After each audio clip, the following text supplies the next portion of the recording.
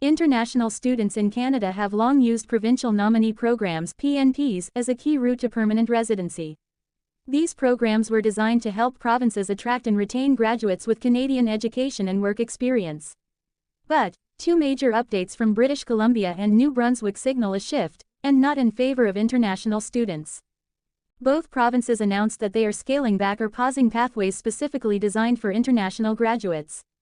These changes come as provinces across Canada grapple with reduced immigration nominations from the federal government. In other words, this isn't a sign that Canada's provinces are less invested in international students and their success in or contributions to Canada. Instead, it's a sign that Canada's provinces are being asked to choose between prioritizing international students and workers in critical industries, like healthcare and construction.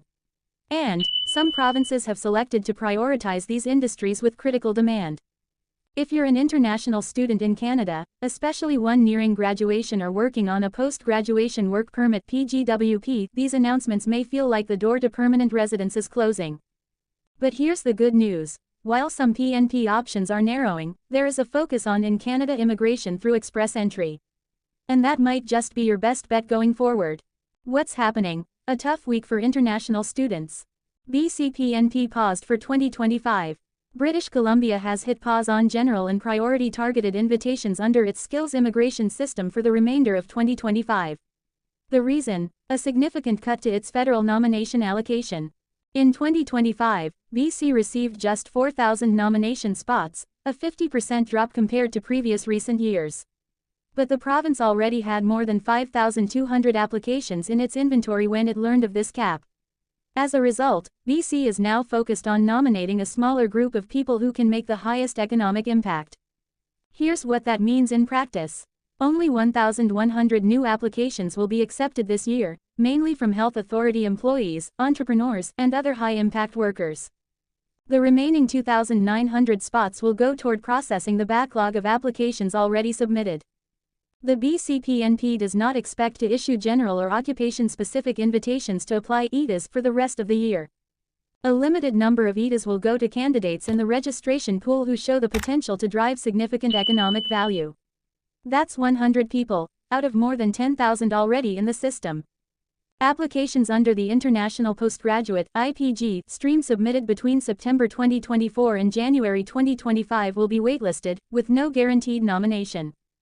BC has also paused plans to launch 3 new student streams until their federal nomination numbers recover.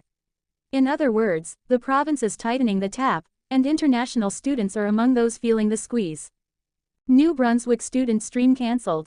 Meanwhile, New Brunswick announced that the New Brunswick Student Connection stream will not return in 2025. This pathway, introduced in 2023, was designed to give international graduates from NB institutions a more direct route to permanent residence. Its cancellation marks another setback.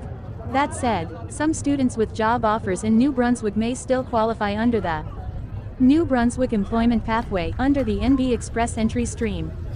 Skilled Worker Stream, if they meet eligibility requirements.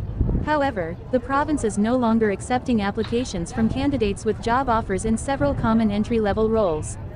These include cooks, food service supervisors, retail managers, and administrative assistants, positions often held by recent graduates working to gain Canadian experience.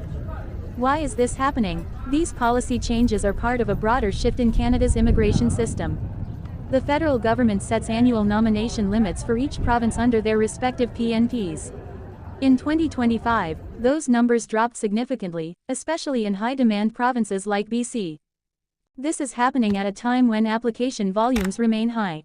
There are simply more people trying to stay in Canada than there are nomination spaces available.